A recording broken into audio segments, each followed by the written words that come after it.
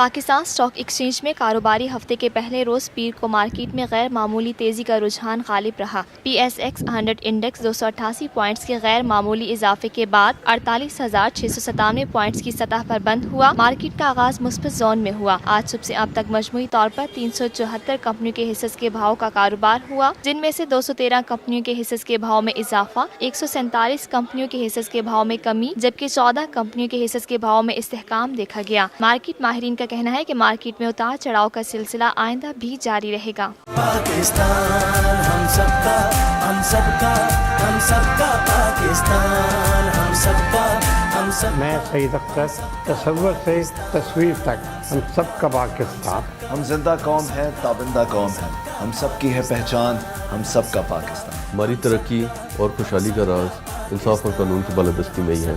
हम सबका पाकिस्तान, हम सबका पाकिस्तान।